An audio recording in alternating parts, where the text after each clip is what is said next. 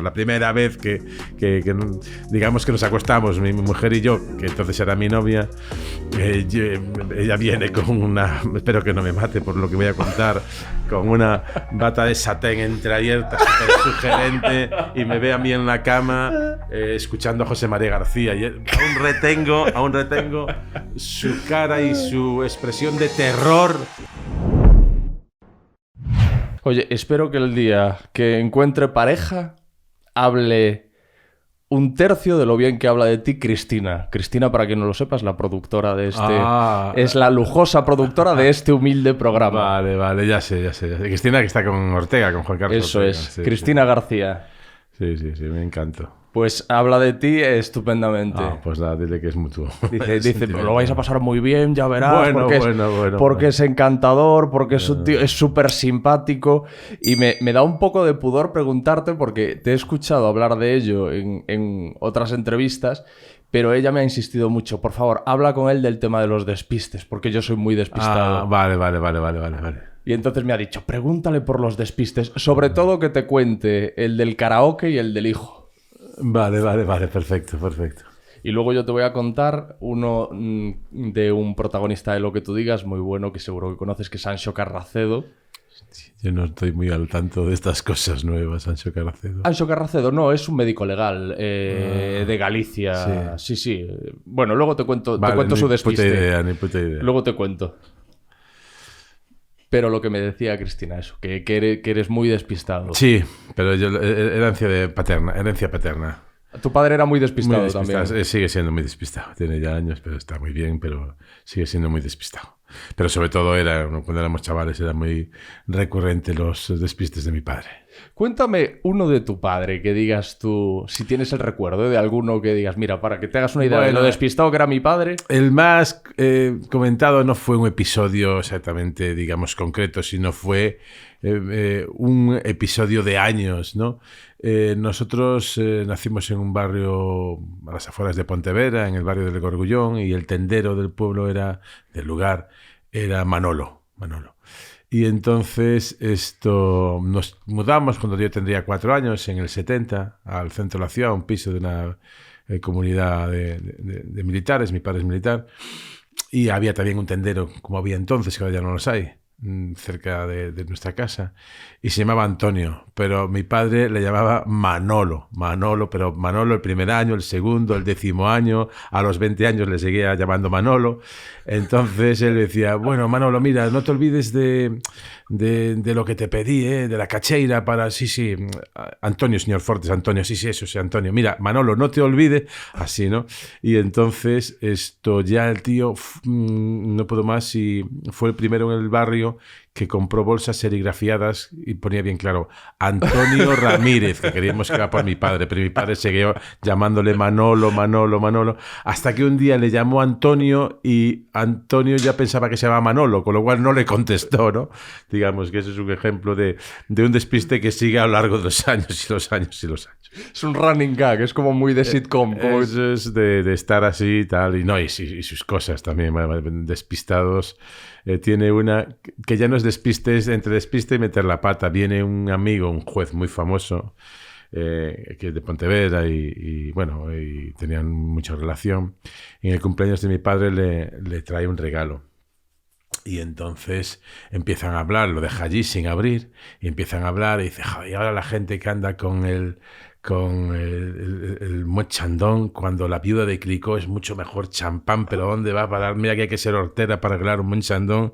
Se van, le dice mi madre y mi padre, oye, que no abriste el regalo. Sí, voy a abrirlo y era una botella de Moet Chandon, ¿no? O sea, ese tipo ya que no solo es despiste, sino es unido a meter la pata. A meter la pata a fondo. Bueno, he dicho antes que Anxo Carracedo es médico legal, pero sobre todo se le conoce como genetista. Lo digo para autocorregirme yo. Y tu padre, además de militar, era escritor. ¿O sí, es escritor sobre todo de historia. Hace muchos libros de historia, de la historia de Galicia y el mar, de la ría de Pontevedra, muy localizado a lo que es la historia de la ciudad. Y sí, trabaja mucho en asuntos militares. Él fue uno de los 9 militares de la OMD que detuvieron en el 75 por montar una célula clandestina que trataba de difundir ideas de libertad y de modernidad ante un ejército que se había convertido en el búnker del régimen. Y entonces, pues sí, es licenciado en Filosofía y Letras, aparte de hacer la carrera militar, es militar de carrera en Zaragoza y en Infantería en Toledo. Hizo después ya, cuando estaba destinado en Galicia, pues en la Universidad de Santiago, Filosofía y Letras, ¿no? De la rama de Historia. Y entonces alguien siempre que nos trasladó, él y mi madre, que también hizo después Historia, pues la necesidad de leer, de enterarte de tu entorno, de ver cómo es tu país y lo que pasa, y un poco pues el gusto por la lectura y por el conocimiento. Y caló en... Sois 3 hermanos. Somos 5, bueno, éramos 5, murió uno ya hace muchos años. Cuando la droga arrasó pues todas las familias gallegas, pues a nosotros nos llevó un miembro. Y Pontevedra. Pontevedra especialmente, toda la zona de Rías Baixas. Y somos 4. Y pues eso, mi hermana Susana hizo Historia, yo hice Periodismo, Belén hizo Filológicas y Alberto hizo Patrón de Pesca, una carrera técnica muy complicada, ¿no? Pero siempre teníamos la biblioteca como refugio. Yo de todos era el menos... al que menos llamaban los libros. Yo era más del fondo norte de Pasarón, de ir al fútbol, de estar con estas cosas. Pero es inevitable que una familia como la mía, tan rara y tan especial, acabes cogiéndole cariño a los libros. Y además tus hermanas escriben también. Sí, Belén tiene su propia editorial, ha hecho pues varios poemarios y sobre todo Susana, ¿no? Que es la más conocida porque está ahora con su última novela, Planeta, y fue finalista del Planeta con El amante albanés el año que ganó Skármeta. Y bueno, y realmente es la... y después Alberto también. Alberto... sobre todo temas de mar, ha hecho muchos libros de historia del mar, de los corsarios, de los piratas gallegos, de Benito Soto, alguna también no solo de historia sino fabulada, y bueno, pues realmente es una familia, como te decía, un poco rara. ¿Y tú querías ser futbolista? Sí. Como todos los de esa generación y la mía, sí, allí en sí. Galicia por lo menos. Para mí el fútbol es todo, es el trasunto de la vida. En el fútbol está resumido todo. Está la lealtad, el honor, el deshonor, la trampa, el engaño, la amistad, la traición, está todo. Y luego es un juego maravilloso, a mí me encanta, ¿no? Y desde chaval a mí se me daba bien jugar al fútbol, en el colegio era de los que destacaba y siempre tenía, digamos, la ilusión de llegar, pero tampoco tuve mucha perseverancia en entrenar, ¿no? A mí me gustaba jugar, no entrenar. Yeah. Entonces, bueno, llegó un momento en que me di cuenta que ni físicamente ni era muy rápido, aunque técnicamente tenía una, creo yo, buena derecha, no era muy rápido. Entonces, cuando llegas a competir a ciertas edades, pues ya ves que no das el peldaño, y lo seguí practicando como afición, pero me dediqué a otra cosa. ¿Y de qué jugabas? Yo jugaba un poco en el frente de ataque, normalmente de extremo derecho, normalmente, a veces de delantero centro, podía bajar algo, pero siempre teniendo la portería como, digamos, como meta, ¿no? Pero fundamentalmente por los costado derecho. Yo jugaba decentemente, pero vamos, lo máximo que llegué fue a jugar en el juvenil del Pontevedra y luego en categorías regionales, y luego ya ahí ya me vine a Madrid a estudiar, seguí jugando aquí en el equipo de la facultad, que lo pasé muy bien, pero ya me di cuenta de que no iba a salir en el estudio estadio los domingos mis resúmenes de goles, por así decirlo. ¿Cuál era tu especialidad en el campo? Pues yo era muy pasador. Buen pasador. Sí, no era un gran goleador, pero era muy buen pasador. Centraba muy bien, digamos como un argote. A los que han seguido la historia del Atleti de los 80, era muy buen centrador, o digamos, salvando las distancias, claro. O sea, era muy apurar la línea, muy dejar a dos rivales o 1 o 2, hacer el último regate hacia afuera y centrar hacia adentro. Eso más o menos era mi especialidad.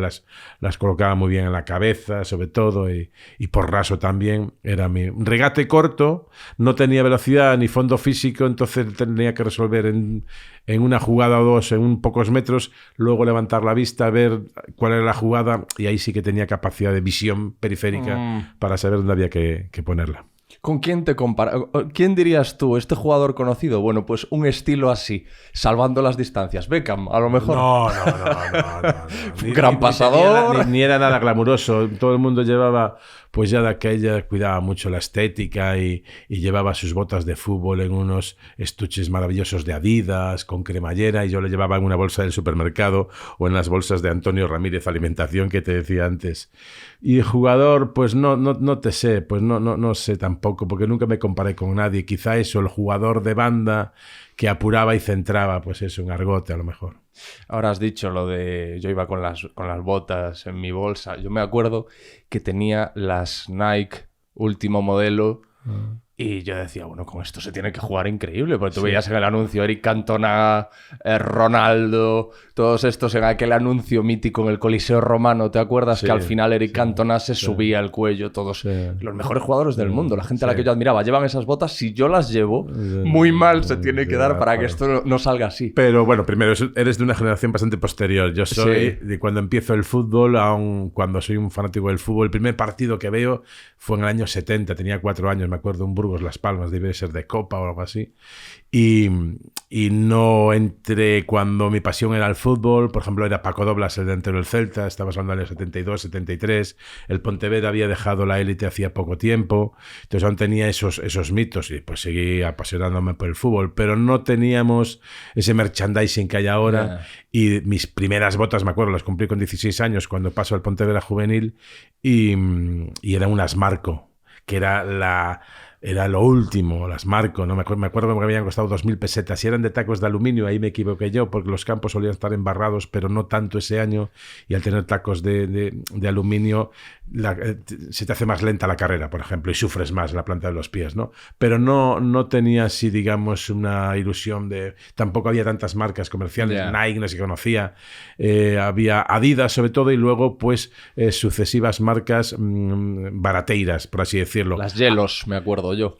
Había Arcapen, que estaba muy bien, pero que era, digamos, un peldaño por debajo de Adidas, y luego ya si ibas a Portugal a la Feira de Barcelos, Adaidas, Adalís, todas aquellas Pema. míticas, todas aquellas míticas, pues eso eran más o menos mis marcas. Nike, literalmente. Sí, pero no, es que te decía esto porque yo iba con mis Nike Pro, que eran las que llevaban en el anuncio, pero en su versión fútbol sala, porque allí jugábamos mucho a fútbol sala en Corcubión, y llegaba pues uno de Muxía con unas de trapo de estas del mercado que te salía loco. y te bailaba y decías, pero ¿qué es lo que está fallando? Suele pasar. Si yo llevo las Nike Tiempo Pro, que es como se llamaban. A mí yo que soy un poco bastante clásico y un poco talibán en estas cosas, a mí me gustan las botas de fútbol negras. O sea, odio las botas de colorines. Odio los dorsales que no van del 1 al 11. Para mí tenía que ser la ortodoxia del fútbol. El 11 extremo izquierdo, 7 extremo derecho, 8 y 10 interiores, 9 delantero centro, 2 lateral derecho, 3 lateral izquierdo, etc. Ahora hay dorsales hasta el 40 o el 50. A mí eso me parece una herejía. Me parece una herejía absolutamente lo de que haya botas de colorines, y ya por lo que no paso es que porque cada vez que juegan fuera de casa por el merchandising, el Madrid, el Barcelona, el Celta, cambian de camiseta. Para mí el Barcelona debe jugar de azulgrana, el Madrid jugar de blanco, salvo cuando haya una coincidencia de colores. Claro.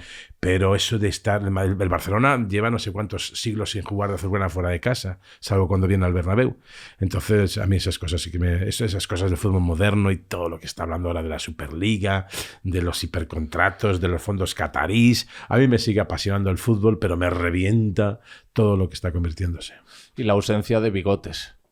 Como los que había antes. El bigote más famoso de los 70 era un bigote que ya parecía de Alfonso XII, que unía las patillas y el bigote. Barrachina, un jugador del Valencia. Tú buscas Barrachina por ahí y verás en los cromos cómo te sale un jugador. Y luego los Sañudo. Ufarte, ¿no? Era otro que también tenía... No, Ufarte no tenía. No. Yo creo que Ufarte, el del Atlético de Madrid, no. Ni López Ufarte tampoco. No, vale. No, yo creo que no. Yo creo que era sobre todo Barrachina, Sañudo, Preciado. Todos estos eran jugadores con bigote. Pero el de Barrachina es espectacular. Si lo ves, míralo, que es tremendo. Pues de repente eso se perdió. Sí, hombre, sí, se perdió, pero hombre, yo no sé si ahí ganamos o yo ahí el tema de que se afeiten o no, y eso no entro. Yo solo hablo de la necesidad de recuperar cierta liturgia del fútbol, que se ha perdido en aras de una modernidad y un tono acomodaticio que no me gusta.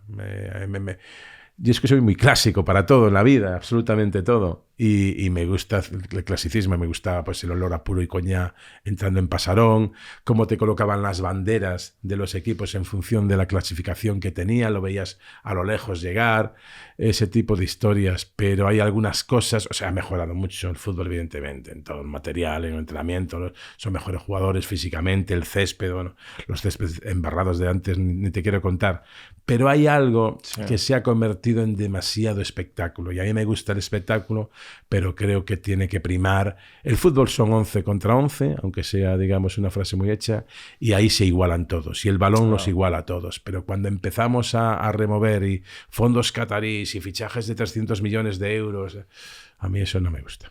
Sí, da la sensación, sin ser yo muy futbolero, pero bueno, muchas veces la visión del que no es muy fanático de algo es la más neutral. Sí. Da la sensación de que a día de hoy casi se habla más de lo que pasa fuera de los campos que de lo que pasa dentro. ¿Es así? Se habla un poco de todo. Entonces también se hablaba, porque había que rellenar periódicos, como digo yo, y horas de radio entre semana. Pero digamos que ahora hay mucho más medios. Sin embargo, curiosamente, a la inversa, la relación... El periodista es el mediador, siempre, entre la noticia y el lector o el espectador, y antes la proximidad era, yo recuerdo cuando empecé me podía colar en la habitación de un jugador del Celta para hacer una entrevista aunque no lo supiera el entrenador, daban permiso a cualquier hora. Hoy tienes que pedirlo con 3 meses de antelación y certificado de penales, ¿no? O sea, es que es una cosa que me parece tremendo. O sea, hay muchos más medios y quizá por eso hay mucha más distancia entre el informador y el periodista. Yo entiendo que en eso... Entiendo que es complicado porque antes habría pues una televisión y 2 o 3 medios, o una radio, y ahora hay 100.000, ¿no? Pero se ha perdido un poquito eso también. ¿Te gustaba García? Era muy debutano. Bueno, yo recuerdo de broma contarlo que siempre fui desde chaval de José María García del Butano, y escuchaba y sabía todos sus latiguillos, cuando hablaba de los directivos, esos amigos del buen comer y del mejor beber, siempre haciendo un redoble con las R's, hablando con los árbitros y tal, y yo lo escuchaba cada noche. Y cuando la primera vez que yo en el libro de crónicas digo que es la noche de bodas, no fue la noche de bodas, sería como la noche de bodas, la primera vez que digamos que nos acostamos, mi mujer y yo, que entonces era mi novia, ella viene con una, espero que no me mate por lo que voy a contar, con una bata de satén entreabierta, súper sugerente, y me ve a mí en la cama escuchando a José María García, y aún retengo su cara y su expresión de terror, diciendo, pero ¿con quién me he liado? ¿No? ¿Con quién la primera vez que nos vamos a acostar? Y lo que hace vengo yo aquí súper sexy y está con el transistor, y estoy hombre. Con el radio despertador de la mesilla escuchando a José María García. Rápidamente le dio un golpe, se acabó José María García, y ahí acabó mi relación con el Butano. De verdad, o sea, a partir de ahí Sí, ya a partir de ahí, porque era por la noche y entonces ya... O sea, tuviste que elegir entre tu mujer y el Butano. Ya, alguna vez seguí escuchándolo, pero ya alguna vez pues en el coche y tal, pero lo que era aquella fidelidad que yo tenía por el Butano desde chaval, de saber toda su trayectoria, de saber todas sus expresiones, de cómo se metía con Núñez, con Mendoza, el cantamañanas de pelo blanco, Pablito, Óscar Porta, que era el perro de Porta que llevaba a pasear, o sea, todas. Me acuerdo una que ya es una barbaridad.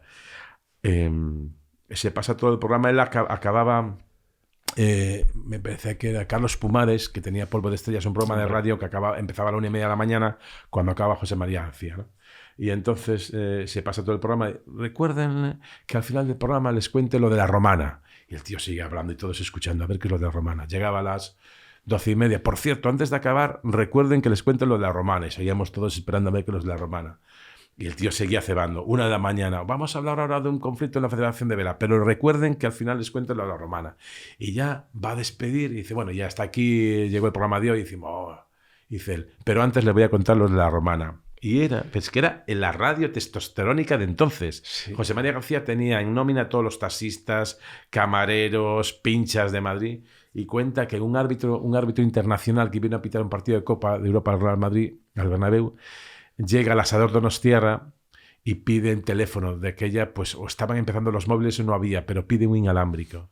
Y el camarero lo escucha. Y entonces llama por teléfono y dice José María García, no sabíamos si era yegua o caballo, así era el nivel, pero sé que le dijo... buenas noches, cariño. Cuando llegue a casa te hago lo de la romana, que te la meto por la noche y te la saco por la mañana. Eso era... No me lo puedo creer. Eso era la radio y estuvo de aquellos años. cebando eso. Pero esa era la radio de aquellos años. Sí, la radio era así. La radio era... El Fari era así. Era todo. O sea, se daba por algo normal y a nosotros nos gustaba. Ahí lo ves y dices, hostia, qué barbaridad, pero qué barbaridad. Qué barbaridad que decir. Pero es que entonces lo veías como algo normal y te hacía gracia. Tú sabes la historia del avión, que le pregunté por ella cuando hablamos. ¿A José María García? Sí. No. José María García tenía un equipo de fútbol femenino. Igual la cuento mal, pero te va a servir para que sepas por dónde, o sea, cuál es el grueso y lo importante, el núcleo. Tenía un equipo de fútbol femenino y el equipo de fútbol femenino tenía precisamente un torneo en Santiago de Compostela. Por alguna razón había un retraso, el avión no salía. Me suena. Entonces García fue al mostrador y le dijo, señorita, si este avión no sale antes de 1 hora, yo esta noche abro el programa dedicándole unas bonitas palabras a la compañía que fuese, que no recuerdo cuál era.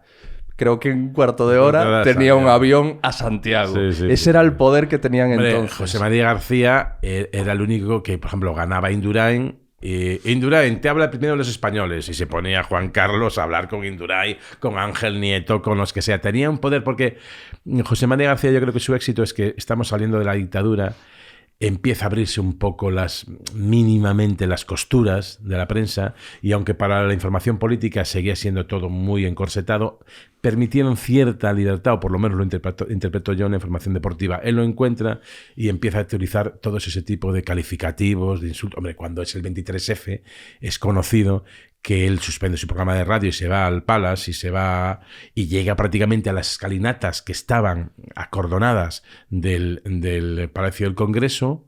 Nadie podía dar un paso. Llega José María García allí y el policía al mando de ellos se le cuadra. Se le cuadra. Y le dice, y además se permitió incluso, el policía se le pone, o el capitán que está al frente de ellos, diciendo... Decía, hombre, José María, hoy aquí no está Pablito Pablete. O sea, él le dice a José María García, hoy no estamos para bromas. O sea, incluso era capaz de ningunear. Por favor, compórtese. Exactamente. También tenía otra historia de que le habían detenido por exceso de velocidad y algo así era. Y le había dicho al policía que le había parado que es que tenía... El policía lo había visto y había dicho, joder, José María. Sí. Le había dicho que estoy cubriendo una noticia y que entonces el policía le dijo, no se preocupe, nosotros le escoltamos. O sea, no solo le quitaron la multa, sino que le fueron cubriendo. Yo creo que fue el periodista con más influencia en España. Quizá en la información política Pedro J. Ramírez tuvo muchísima influencia, pero si comparas todos, el que tuvo más influencia en España, el que levantaba un teléfono y se le ponía el rey, eso solo lo consiguió José María García. Bueno, y es bien sabido que se cargaba entrenadores él. Hombre, entrenadores y presidentes. Y además decían, yo recuerdo una entrevista, que es que además tenía tal poder que nadie se podía enfrentar. El primero que se enfrentó con él es Jorge Valdano. Yo tengo buena relación con los dos. Y fue el primero que se puso. Y enfrentarse a José María García a mitad de los 80, aquello era tremendo. Pues se enfrentó a él y ganó el pulso. Perico Delgado, un tío con una personalidad tremenda. Fue cuando José María García, en vez del rey, nos decía el equipo navarro, ¿no? Es para no darle publicidad. Bueno, es que hay miles de ejemplos de un poco de cómo se comportaba, pero yo le tengo mucho aprecio y cariño. Sé que muchas cosas que hizo pues no son defendibles, pero hay que entender que era otra época, otra radio, otro contexto, y en eso era, digamos, alguien tremendo. No creo que haya nadie que haya tenido tanta influencia. Una vez, en estas cosas que hacía, llamó a un entrenador, me acuerdo, creo que era del Elche. El Elche asciende a Primera División, ya no sé si por mitad de los 80 o así. Creo, estoy hablando de memoria. Entonces, dice que es que así el Elche se ha convertido en el equipo satélite del Madrid porque el Madrid le ha colocado a este entrenador que quería. Y entonces él llama al entrenador y entonces le está metiendo José María García al entrenador un chorreo que el pobre entrenador acaba asumiendo, agachando la cabeza así, José María, yo la verdad, poco menos que soy culpable de que vaya fichado él, la verdad que no sé qué. Entonces José María lo ve tan derrotado ya, que se ha derrotado, que dice, ojo, que don Pepito Pérez, que es un profesional como la copa de un pino. Y entonces el entrenador se viene para arriba y según se viene arriba, José María decía, pero en cualquier caso eres un impresentable porque no puedes ir al Elche porque el Madrid ha de decir, y sí, José María, sí, José María. Era un poder hipnótico el que tenía, un poder avasallador como no ha habido en la radio española, creo que nunca. Pero es que es el carisma también, macho, que eso es algo que a mí como objeto de estudio me apasiona porque no está claro por qué hay personas que tienen esa personalidad absorbente y expansiva. Es muy de persona. Eso se explica por la personalidad. Un carácter tremendo. Raúl del Pozo decía, que son muy amigos y alguna vez tenemos comido juntos, decía que yo te admiro porque con 20 palabras que manejas te has hecho multimillonario. Porque José María García fue el periodista que más ganó, desde luego, sin discusión. Hombre, su último contrato ya estaba bajando, creo que era con Azmira, antes de que entrara el euro eran 2.000 millones de pesetas al año. Estamos de un periodista. Es cierto que de él ahí pagaba la nómina de buena parte de los colaboradores. Los colaboradores le pagaban la empresa en la que estaban y él les pagaba después los extras o tal, ¿no? Pero estamos hablando de unas cantidades brutales. O sea, él tenía discutido una vez con Emilio Sánchez Vicario cuando empieza la primera ola de Sánchez Vicario y se le pone chulo en la radio. Le digo, oye, yo cobro bastante más que tú. Y le dice José María, yo cobro más del doble de lo que vas a cobrar tú toda tu vida. O sea, era un poco esto más o menos como estaban las cosas entonces. Bueno, es que has dicho lo de comer. Yo hace a lo mejor 2 semanas te vi con él en una comida, porque creo que alguien de los que salía en esa foto, nos seguimos en Instagram, Jesús Úbeda, a lo mejor. No recuerdo. Con José María García tuve, pues es un magosto, o sea, para los que no son gallegos, cuando los gallegos nos reunimos para tomar castañas y vino, en El Pardo, y que vino con Raúl del Pozo y que vino con más gente, y ahí estuvimos de tertulia. Y luego en un que yo recomiendo, el restaurante un Café Varela de Madrid, que es el cenáculo conspirativo por excelencia ahí en Madrid, pues que estaban pues José María García, Raúl del Pozo, estaba David Trueba, estaría Geos a lo mejor. Y Úbeda. No recuerdo, eran varios así de estos, o sea, y saqué una foto y la coloqué por ahí, pues estaba Edu Galán también. Entonces, pues andamos unos cuantos. También era una época, la de García, donde se podían hacer cosas que yo entiendo que hoy no. O sea, se cobraban vendetas personales al micrófono. A los tiempos de Encarna. Encarna abría el micrófono y como la frutera le hubiese tratado mal, cogía y la sacudía. Le daba. Sí. Sí, era esa radio, digamos que en ese aspecto Encarna, que yo ya no escuchaba eso, evidentemente, pero debía ser trasladado a la radio social, pues un poco lo que era José María en el deporte, ¿no? Pero yo creo en todo caso que no va a haber un periodista con la influencia, en parte porque los medios han cambiado, se han fragmentado, hay muchas más alternativas, pero antes eran habas contadas, eran 2 o 3 emisoras, 2 o 3 cabeceras, o 4 o 5, y una cadena de televisión. Entonces, claro, el que tuviera un programa con audiencia y era el rey, y él era el rey de la noche. ¿Y echas de menos aquella radio? No sé, como dice con Costrina, cualquier tiempo pasado fue anterior, o sea, no es que fuera mejor, pues no lo sé. Sí que marcó una época, pero yo no te podría decir si. Yo creo que se ha mejorado todo. Sí. En el trato se ha mejorado. Bueno, ha habido una serie ahora que es La Liga de los Hombres Extraordinarios, que retrata un poco cómo era la testosterona también de los presidentes de los clubes de fútbol. Yo la he vuelto a ver y seguí toda aquella época de radio, sobre todo por José María García, y me sigo asombrando de cosas que recordé, que ya había olvidado, ¿no? De Lopera, de Caneda, de Jesús Gil. O sea, yo creo que hemos mejorado. O sea, yo creo que haya un poquito menos de testosterona, como digo, en las relaciones humanas es bueno, y de aquella era la ley del oeste. Bueno, cuando le pegó la galleta a Fidalgo, a mi compadre Fidalgo. Pues Fidalgo, sí.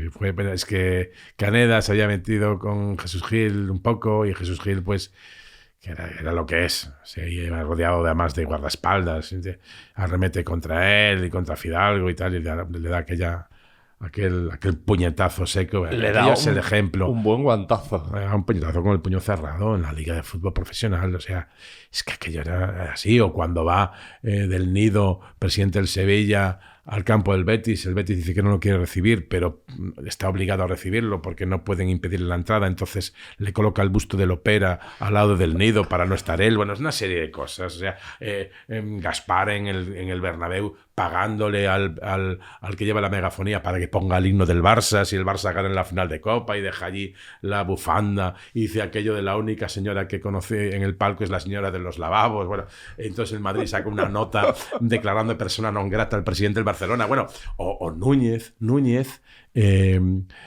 que decía, se pasaba por ejemplo, una rueda de prensa, se pasaba toda, oye, y ese equipo que juega ahí en la Castellana, ese equipo juega de blanco, no voy a decir que es ese equipo, porque ese equipo que juega ahí en mitad de Madrid, y después de media hora, oye, no se quejarán porque no he hablado del Madrid, no estaba hablando de ese equipo. Pues entonces Núñez dijo, hablando de Juanito, dice, yo lo que nunca tendré es un jugador como Juanito, que va dejando embarazadas por las esquinas. O sea, pero es que era así. Entonces Juanito le pone una demanda, bueno, se monta un Cristo, y entonces cuando va al Barcelona a jugar al Madrid, le dice una frase muy elaborada desde el fondo sur del Bernabéu que decían, Núñez Cabrito, tu hijo es de Juanito. O sea, que es la elaboración más absoluta que pueda haber.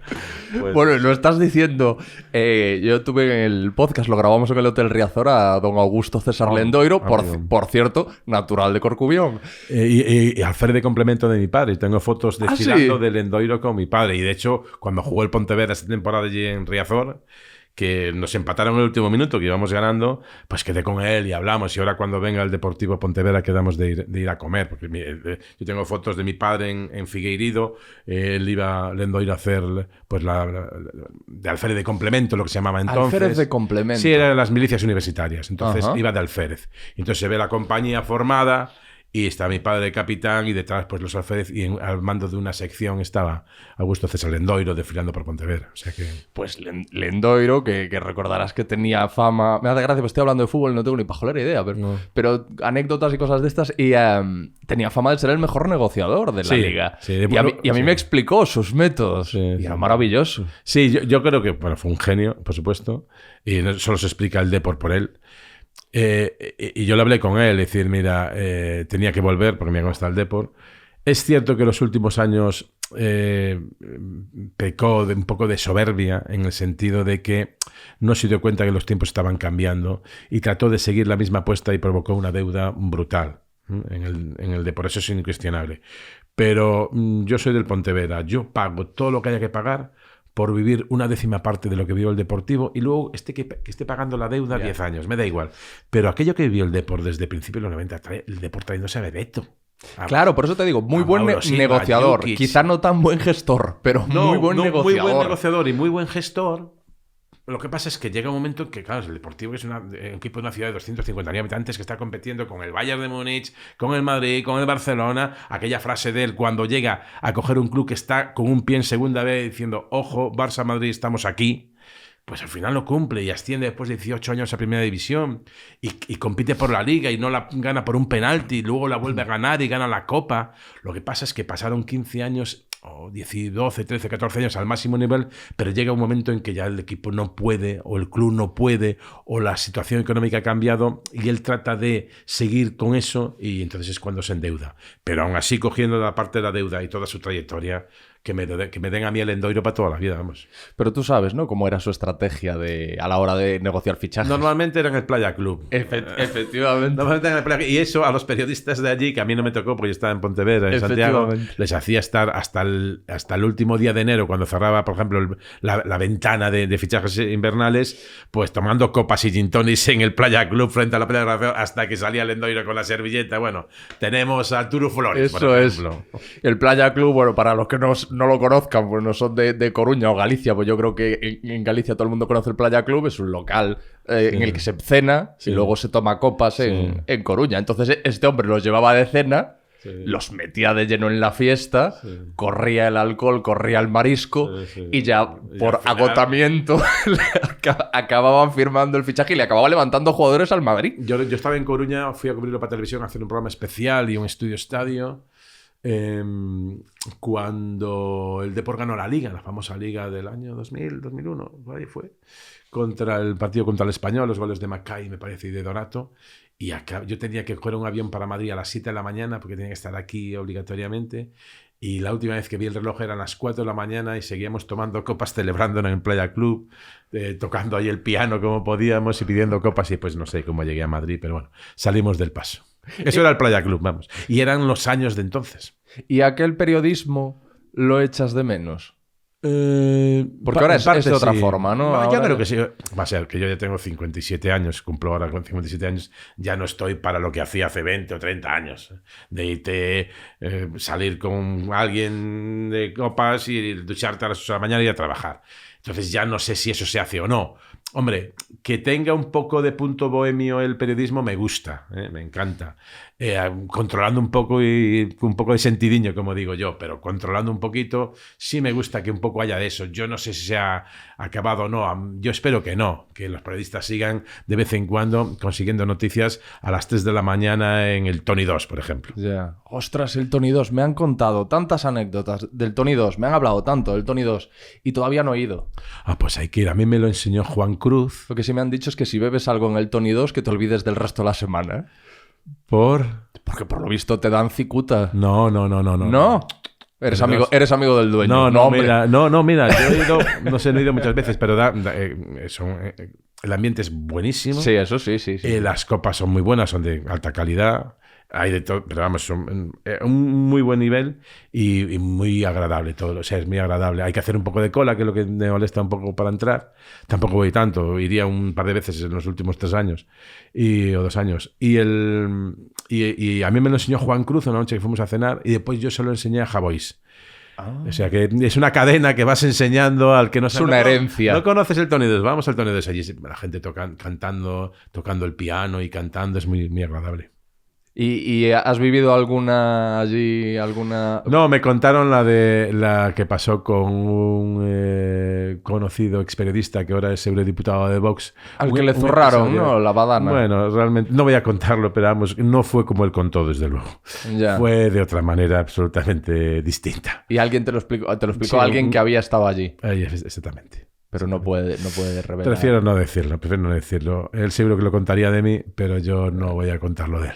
¿Y cómo acabas en el periodismo político? Quiero decir, a ti te gustaba, eres un loco del fútbol, eras periodista deportivo. Sí. Esto fue, te llevó la vida al periodismo. No, yo siempre fui muy, o sea, me apasiona el fútbol, ya menos de lo que ahora mis chavales ven un partido del Bayer Leverkusen con el Zenit y me dicen todos los jugadores y yo no conozco ninguno.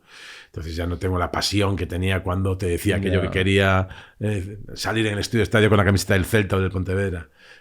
Pero me apasiona el fútbol desde niño, es lo que más me apasiona, posiblemente. Pero la política la he mamado. Yo tenía 9 años, iba a un colegio militar, era el único de los hijos de mi padre que iba a un colegio militar. Mi ilusión era ser militar, estoy hablando del año 74, 75. En el 74 veo que tenía 8 años, pero empiezo a escuchar en la radio como mi padre, mi hermana mayor, que ya estaba politizada, recibe noticias de Portugal, del 25 de abril, de la Revolución de los Claveles. Mi padre tuvo mucho contacto fue quizá el primer militar español que aún viviendo Franco tuvo contacto con Otelo Salgado Carballo, con Rosa Coutinho, con Martins Guerreiro, con todos los héroes del 25 de abril, y luego se embarca en una misión que es extender ideas democráticas dentro del ejército franquista, y lo acaban deteniendo. Entonces, cuando lo detienen, lo juzgan y lo condenan a 4 años de prisión, de los que cumple 1 año porque muere Franco y hay un indulto real, entonces le perdonan 3 años de la condena y sale al cabo de 1 año de prisión. Todo aquello me marcó muchísimo. Yo mi ilusión era ser militar, pues ya aquello se acabó, con el apellido que teníamos aquello era imposible y tal. Y tuve algunos episodios chungos en clase porque iba en colegio militar, tuve que sacar, digamos, los puños de paseo en algunas ocasiones en defensa del honor familiar, ¿no? Entonces aquello me hizo tratar de enterarme de cómo era el mundo, ¿no? De qué estaba pasando en España. Entonces recuerdo muy de niño, pues tengo 10, 11 años, mientras mi padre estaba en prisión, ojear el cambio 16, sobre todo el cambio 16, para ver si había alguna cosa que me podía dar una pista, porque en casa nos decían solo lo justo. Y Y estábamos allí y yo no leía el Cambio 16, pero veía las portadas, el titular de cada noticia, la fotonoticia. Recuerdo una vez que entrevistaron a la mujer de Luis Otero, uno de los compañeros de mi padre que detuvieron, y ahí no leías todo el cuerpo de la información porque eran informaciones muy largas y yo tenía pues 10, 11 años, pero sí veías alguna pista, ¿no?, que te podía indicar. Entonces yo todo aquello lo mamé tanto que empecé a ver y a leer mucha información. Para la edad temprana que tenía, pues mucha más de la que era normal para un chaval de 10 años, ¿no?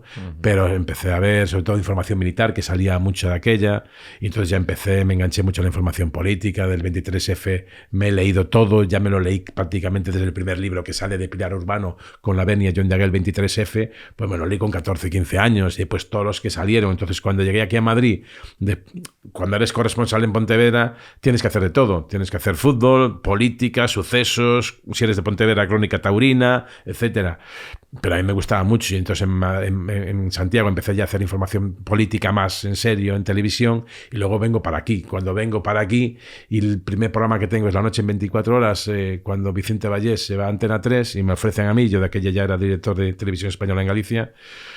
Por mi edad, yo de aquella tendría pues 45, 46 años y tenía tertulianos de casi 70, ¿no? Entonces estábamos hablando de cosas del tardofranquismo, ¿no?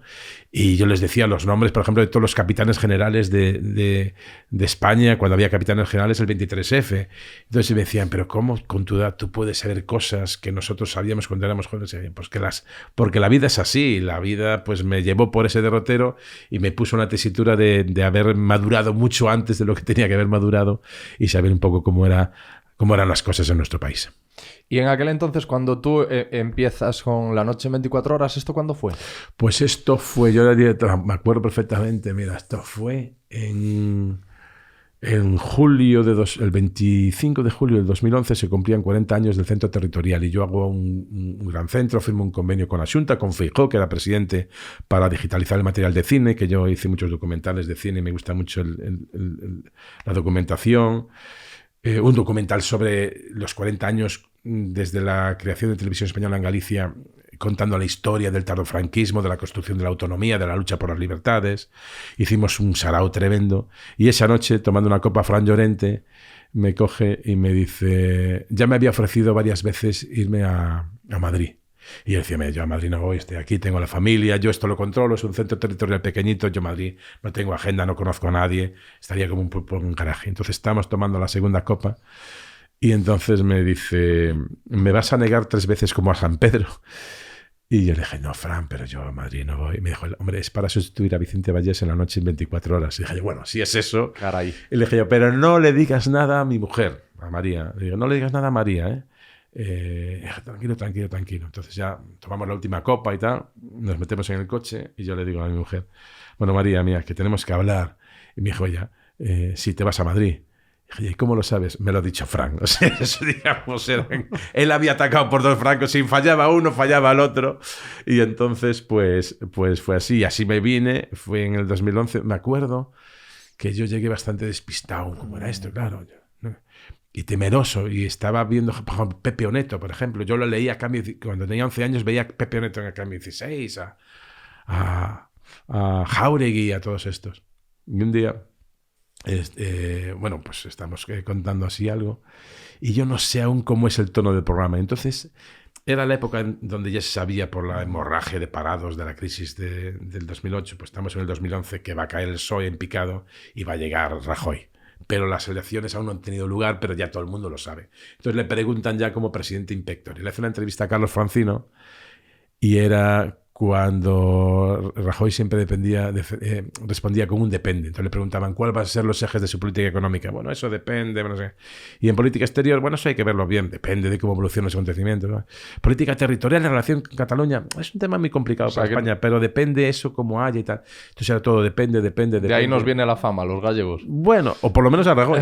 Y entonces, y como yo siempre decía que era de Pontevedra y Rajoy también, un tertuliano me dijo, bueno, Xavi, esto, tú que eres de Pontevedra, es genético. Y ahí me salió, bueno, eso depende. Entonces la gente ya se distendió, dije yo, este es el punto que hay que darle, un poco de seriedad, pero con un punto de ironía al programa de la noche. Pero no había la beligerancia tecnológica que hay hoy, ¿no? No tenías ese temor que podrías tener si hoy te ofrecen lo mismo, en el que, o sea, cada noche no sabes luego lo que va a pasar en las redes, lo que va a pasar en YouTube. En el 2011-2012 ya estaba. Mi temporada es la primera, 2011-2012. Porque es que eran los inicios de Twitter, ¿no? Era todavía pronto. Sí, pero Twitter ya estaba instalado, Facebook estaba instalado, ya digamos que teníamos bastante parecido a lo que hay ahora, o sea, no todo, pero ya lo fundamental estaba. Y entonces, pero yo no soy, digamos, yo soy un absoluto inadaptado a las nuevas tecnologías, tengo gente en el equipo que me lo lleva, sé lo básico es on-off, no mucho más, y mi formación y mi forma de relacionarme con el mundo es mucho más analógica, ¿eh? Y yo digo de broma siempre cuando voy a dar una charla y me preguntan por estas cosas que mi herramienta tecnológica más avanzada es el papel de calco, digamos, a partir de ahí ya empiezo a tener problemas. Pero ¿sabes lo que es el clickbait? Eso es picar en un titular llamativo que aunque a veces tiene trampas. Claro, que no tiene que ver la mayor parte de las veces. Yo le digo siempre a la gente con la rigurosa realidad. Sí, bueno, casi nunca. Es decir, lo que nunca usted hubiera imaginado, siéntese antes de ver cómo ha quedado. O sea, yo ya es que como a la frase esa dice, la primera vez que me engañan es culpa tuya, la segunda vez ya es culpa mía porque me he dejado engañar. Entonces yo digo que cuando vean un titular de ese tipo no cliquen, porque además es necesario que no se clique en ese tipo de titulares, porque si no estás alimentando un tipo de periodismo, de contar informaciones que es contar falsedades, ¿no? Entonces yo ya cuando veo lo que nunca hubiera imaginado de la respuesta, ya no cliqueo porque es una trampa. Y además se está construyendo las informaciones a la inversa que nos enseñaron, que es dejan para el último párrafo lo importante y al principio están con chorradas. Es que yo eso no lo entiendo y yo en eso ya no pico. Es que yo buscaba vídeos de Xavier Fortes en YouTube y lees los titulares y parece que eres un luchador de artes marciales mixtas. Mira, me he anotado para decirte lo que dicen los titulares. Le dan la del pulpo, le plantan cara, le dejan KO, le desmontan, le machacan, le aniquilan. Evidentemente, bueno, pues... Poco me parece. Tendencioso. para lo que he sufrido yo. No, yo me lo tomo bastante... Estoy bastante curado de espantos, me lo tomo con bastante filosofía. Esos son de una parte, después hay los de la otra parte. Sí, los de que... exactamente, que machaca al otro y no sé qué y tal. Mira, yo siempre digo lo mismo. Rehuyan de los vídeos editados de una parte, porque hay vídeos editados a mi favor por unos y en contra otros, y que vean la entrevista entera y que saquen sus conclusiones. Yo es lo que recomiendo en estos casos, porque hacer un cortapega es muy fácil dejarte mal o muy fácil dejarte bien. Yeah. Pero lo mejor es ver, si se puede, ver la entrevista o por lo menos un fragmento de la entrevista sin editar. ¿Y has tenido que curtirte para tolerar las críticas o siempre has sido bastante impermeable? Soy de contestar cuando me apetece. Contesto menos ahora que al principio. Yo creo que si contestas siempre te equivocas habitualmente, pero si nunca contestas te equivocas siempre. O sea, cuando son cuestiones que afectan a tu integridad profesional, tu fama en el sentido de honor, ¿no? Tienes que contestar, o por lo menos yo, por mis experiencias familiares que te contaba antes, siempre lo he llevado así, ¿no? Entonces, hombre, veo quién es el que me dice algo, cuántos seguidores tiene, el tono, ¿da? Entonces decido contestar o no. Y si no, recurrir siempre, en cualquier caso, a la ironía. Yo me acuerdo una de las muchas que retranca. Que decía una entrevista, no sé quién hice, y de pronto sale en Twitter alguien, y no tenía muchos seguidores, pero es que decía, es que es imposible que no conteste esto, porque decía... Porque te la ponía votando. Bueno, votando, pero vamos, a media altura. Me decía alguien, es impresentable este Xavier Fortes, no sé qué, esta entrevista que ha hecho... increíble, no ha sido nada parcial.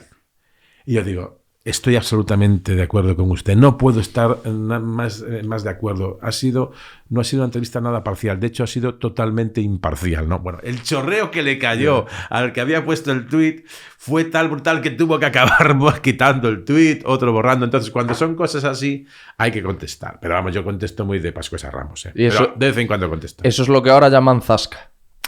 Sí, también. pues es que de esas y varias, ¿no? Pero varias de esas a veces me recomiendan, no contestes, pero ¿cómo no voy a contestar una cosa maravillosa si me está criticando por ser imparcial? O sea, es que hay alguien que me está criticando por ser imparcial. Probablemente no sepa qué palabra está utilizando. Yo creo que no sabía lo que era parcial e imparcial. Pero bueno, ¿sabes esto que dicen de don't feed the troll, ¿no? Que es como que si les contestas, vuelven con más fuerza. O sea, que al final es lo que quieren. No, ya, pero depende, pero cuando son así. A mí me ha llegado hasta una vez alguien que me acusó de no sé qué y yo le devolví con ironía y tuvo que cerrar la cuenta porque le llegó.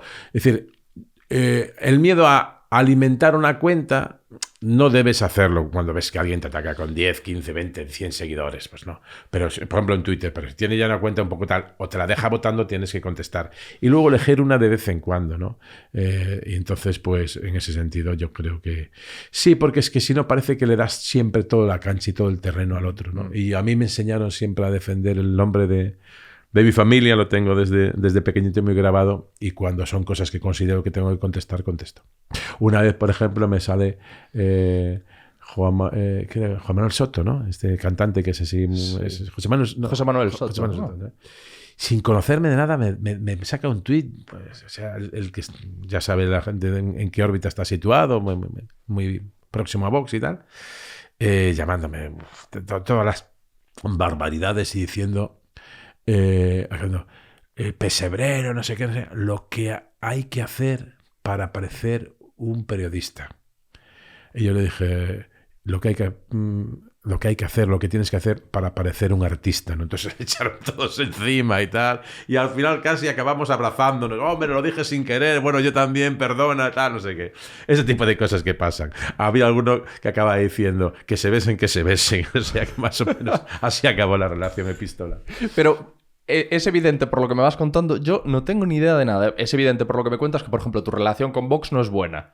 No, pues sí, yo tengo buena relación con Vox. O sea, me ponen a parir habitualmente sus seguidores y sus cuentas, pero sí yo tengo una relación con Espinosa Los Monteros. O sea, yo no voy a decir lo que pienso de Vox, porque tengo un programa de televisión pública y creo que claro, por eso te lo decía. Pero me sorprende que... Pero sí tengo... O sea, vamos a ver, con Macarena no la tengo muy buena... me pone a parir mucho, pero tenemos buena relación. Ortega Smith tuvo el famoso episodio de las 13 rosas y nos dimos de cera, pero yo trato de mantener relación con todo el mundo por mi obligación. Yo puedo invitar a todo el mundo a mi programa. Lo que no puedo es obligar a que vengan. El que quiera venir, que venga, y el que no. Pero trato de mantener relación con todo el mundo. Eso sí, yo hago mi papel. Y cuando me estás contando una trola, te voy a repreguntar. Y cuando me estás diciendo algo que sé que no es verdad o que supone una contradicción en tu pasado reciente, te lo voy a decir. Si te gusta bien, y si no te gusta, pues ¿qué lo voy a hacer? Pero no voy a dejar de hacer mi oficio. Luego te sacudes mucho al acabar de pensar no me cómo se me fue esto. No soy perfeccionista. O sea, sé que es muy bueno ser perfeccionista. Yo no soy nada perfeccionista. No, yo te envidio. Entonces. Yo no soy nada perfeccionista. No, yo trato de hacer las cosas lo mejor que sé, pero sin obcecarme, y cuando acabo, pues me tomo una copa. Es decir, no me estoy machacando. Hombre, si es una cosa tan evidente que he cometido un error, pues sí me fastidia, pero no soy... quizá cuando empezaba más, me veía los gestos, dejé de verme en la tele, pasé de eso y no me fustigo nada. O sea, no me resbala bastante, me refiero. Yo tengo una frase que es lo perfecto es enemigo de lo bueno. Yo me quedo con lo bueno, porque si estás buscando siempre la perfección, vas a estar siempre insatisfecho contigo mismo, nunca lo vas a alcanzar. A mí, con hacer una cosa bien hecha, me vale, trato de hacerla bien todas las noches, a veces lo consigo, a veces no, pero no soy muy de fustigarme. Yo soy más de pedir al acabar un JB con Coca-Cola o un gin tonic, y con eso ya me va bastante. Preguntas a la gente cuando tú haces el programa, luego le preguntas a tu mujer, por ejemplo, ¿qué te ha parecido? ¿Lo has visto? No preguntas a nadie. No, yo me doy cuenta, ya llevo muchos años en el oficio, entonces yo me doy cuenta cuando me salen las cosas bien o mal. A veces te salen bien, a veces te salen mal. Generalmente salgo pensando en que las cosas han salido bien, y hay días en que con mi subdirector, que he regalado, que es realmente conmigo llevamos el 50% del programa, nos damos cuenta cuando hemos acertado, cuando no, pero no lo hacemos como un fustigamiento, sino pues a lo mejor dedicamos demasiado a la economía y es un poco más árido, teníamos que haber metido otro tema que permita un poco aliviar o desengrasar. hacemos así alguna visión, pero no sin machacarnos mucho. Yo no recomiendo eso de fustigarse, no lo recomiendo en absoluto. No. Hay que hacer lo que mejor sabes, como mejor puedes, estar satisfecho con lo que haces y no estar... O sea, no esa obsesión de quiero alcanzar la perfección y nunca voy a estar contento con lo que hice. Ese es un horror, eso es un horror. ¿Y estás de acuerdo con lo que me decía Pepe Domingo Castaño de que los gallegos somos pesimistas? Porque tú no lo pareces. No, yo no creo que seamos pesimistas. Yo creo que los gallegos los hay pesimistas, optimistas. He conocido gente de todo tipo, andaluces que no son graciosos y que son graciosos. Yo creo que fundamentalmente los gallegos lo que nos tratamos de mover por el mundo es con cierta ironía y retranca, ¿no? Y que yo creo que es algo que nos une a los pueblos atlánticos. Y entonces, pues en ese sentido no creo que seamos pesimistas. Yo no lo soy gallego por los 4 costados de 80 apellidos gallegos. Y conozco muchos gallegos que son súper optimistas. Somos el pueblo con más verbenas y orquestas del mundo. O sea, ¿cómo vamos a ser pesimistas nosotros? Somos quizá un poco fatalistas en algunos, más que pesimistas. Es decir, que después de la felicidad va a venir algo mal. Eso, pues mi abuela era siempre eso. ¿Sí? Pero bueno, yo creo que eso que ya forma parte más bien del paisaje del pasado y no es lo mismo ser pesimista que fatalista. Parecido, ¿no? En cualquier caso, yo no lo soy ni lo recomiendo ser, porque es que además no tiene sentido. O sea, tienes que pensar que las cosas van a salir bien, porque después ya saldrán bien o mal, pero ¿para qué te vas a machacar antes, no? O sea, tira para adelante. No, los tíos más ricos del mundo son optimistas. Es que no se puede... Yo creo que es que una cosa es ser un ignorante y otra optimista. Yo me considero un tío optimista porque es que no entiendo la vida de otra manera más que la de pensar que las cosas van a salir, ¿no? Y si soy optimista, que soy del Pontevedra, que llevo desde hace 50 años que no estamos en primera división y mi ilusión es de que Pontevedra esté en primera división y algún día lo conseguiremos y cada año pienso que vamos a ascender y este año me parece que vamos a descender, pero bueno, pues que la vida es así.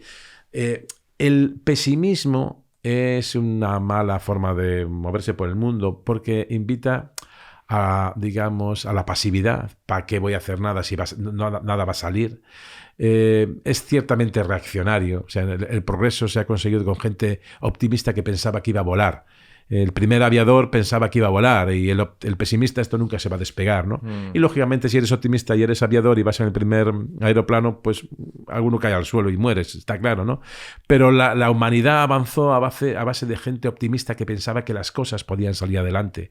Y en cambio el pesimista para mí es la regresión, es la reacción, es no cambiar, no intentar por mejorar las cosas, ¿no? Para mí por eso hay que ser optimista como una opción vital que uno se puede construir, aunque yo reconozco que va un poco en tu carácter. Claro, es que eso te iba a decir. Dices, yo no recomiendo ser pesimista. Nadie quiere ser pesimista. Ser pesimista. Bueno, hay gente que quiere ser pesimista. Yo creo que a lo que tú te estás refiriendo ahora es más a ser cenizo, que no es lo mismo que ser pesimista. Bueno, pesimista y cenizo también son bastante parecidos, ¿no? Porque el cenizo es que... No, el cenizo quiere joderle a los demás también. El cenizo quiere que tú seas pesimista también. Efectivamente. Y él mismo lo es, porque entonces, si yo lo soy, sélo tú, porque vas a ser optimista si yo soy pesimista y a lo mejor, oye, pues... Entonces yo creo que los gallegos somos un pueblo, como todos los pueblos, muy diversos, muy variados, que nos mueve un poco... Bueno, en la península estábamos ahí en un rincón, ahora ya las comunicaciones no son las de antes, y tuvimos que abrir el mundo y conocer el mundo, entonces pues somos así un poco como nos ha hecho Dios. Es que cuando a mí Pepe Domingo me decía esto, claro, yo sí, por desgracia, soy pesimista. Entonces cuando me dijo eso, digo, no me digas, va a ser de los gallegos. Y luego pensaba que es un diálogo muy gallego el de oh, Maruxa, mira que sol fai hoxe, que tempo temos, a ver lo que dura. Sí, sí, bueno, eso es el fatalismo. El fatalismo que dices muy tú. Pegado a la aldea. Me acuerdo una vez, estaba jugando a la final del Atlético de Madrid, yo ya mucho con el Atlético de Madrid, la final del 74, me parece, Bayern de Múnich. Bayern de Múnich, Atlético de Madrid, la primera final de la Copa de Europa. Y marca Luis Aragonés en el minuto 89 y de aquella no se descontaba prácticamente nada. Una falta, me acuerdo que mi padre dice, es el sitio de Luis. De aquella no era Luis Aragonés, era Luis a secas. Marca, bate a Setmayer. Y entonces el locutor ya sacan de centro y no queda nada. Dice, el Atlético de Madrid acaricia su primera Copa de Europa. Y dice mi abuela, non fales antes de tempo. Y en ese momento la coge Schwarzenberg desde casi en medio del campo y bate a Reina, ¿no?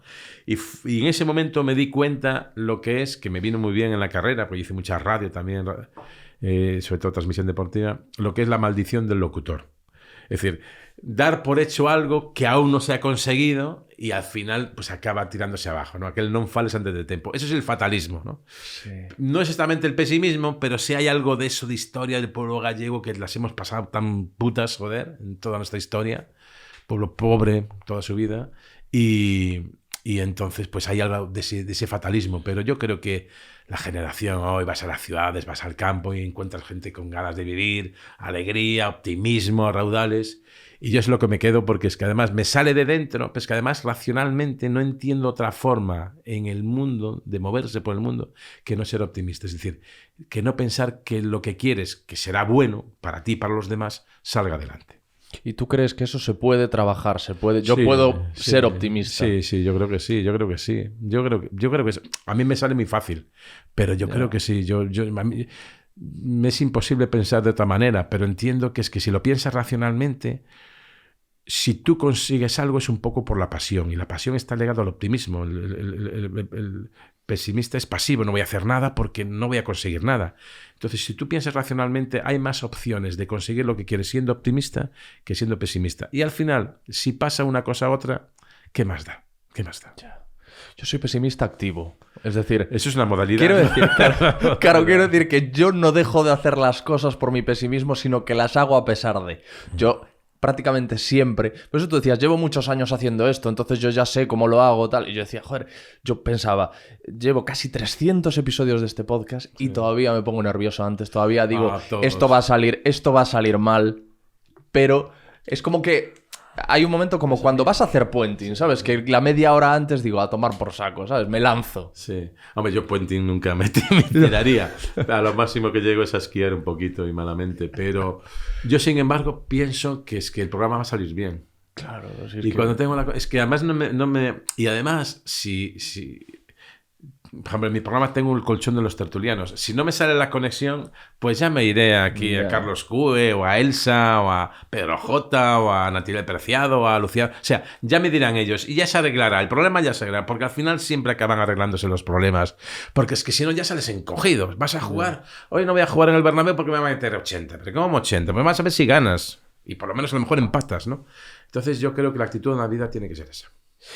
Uno de los episodios más heavy y surrealistas incluso que grabé en el podcast fue con Laureano Viña hace varios años. Yo quería preguntarte cómo era la Pontevedra de aquella época y bueno, por lo que has dicho además es un tema que te toca especialmente, por desgracia. Un hermano mío murió por droga, ¿no?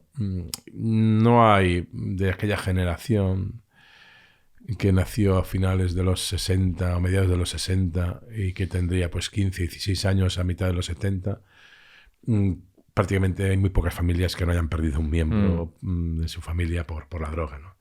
A mí me tocó, yo entro en televisión en mayo del 90, venía de Radio Nacional, de Radio Cadena Española, me van bien las cosas, entonces pues los de televisión se fijan en mí y me dicen, oye, te hacemos aquí un contratito y tal, para ver cómo vas tirando, y a los 2 meses llega la Operación Nécora. Entonces eso me permitió ir allí, yo me metí en todas las callejuelas de Vilanova de Arousa, de Cambados, donde era muy complicado meterse en aquellos tiempos. Yo tengo salido a pedradas de la casa de Charlín, pero a pedradas, o sea, tengo las imágenes. Mi primera pieza para el telediario es en la segunda Operación Nécora detienen a Charlín, o en una fase... Al principio no lo detienen o detienen a un hermano, entonces la policía me deja 500 metros de la casa, pidiendo nosotros protección policial. Nos deja la policía municipal. Y es ese, y voy yo con la cámara. A 500 metros, en plan, nosotros no nos metemos más. Ahí, la policía municipal. Y ya se portó bien porque ellos están comportando bien. No es una crítica, simplemente es el contexto. Bueno, y era el tiempo, claro. Era, pues esto debe ser julio del 90. Pues un mes después de la primera fase de la Operación Nécora. Y estaba Josefa Charlín, que era tremenda, la mujer del patriarca, y yo iba hacer, oye, estoy haciendo aquí una encuesta así para disimular, y cojo una piedra, me lanza el perro, me rompe la cámara y abrimos el telediario con aquella imagen, ¿no? Las he tenido con Charlín, he tenido que coger a Charlín a meterlo contra la pared porque iba con sus matones a pegarle a mi cámara de televisión. Todo eso está grabado. Bueno, me han pasado varias cosas haciendo información de narcotráfico ahí.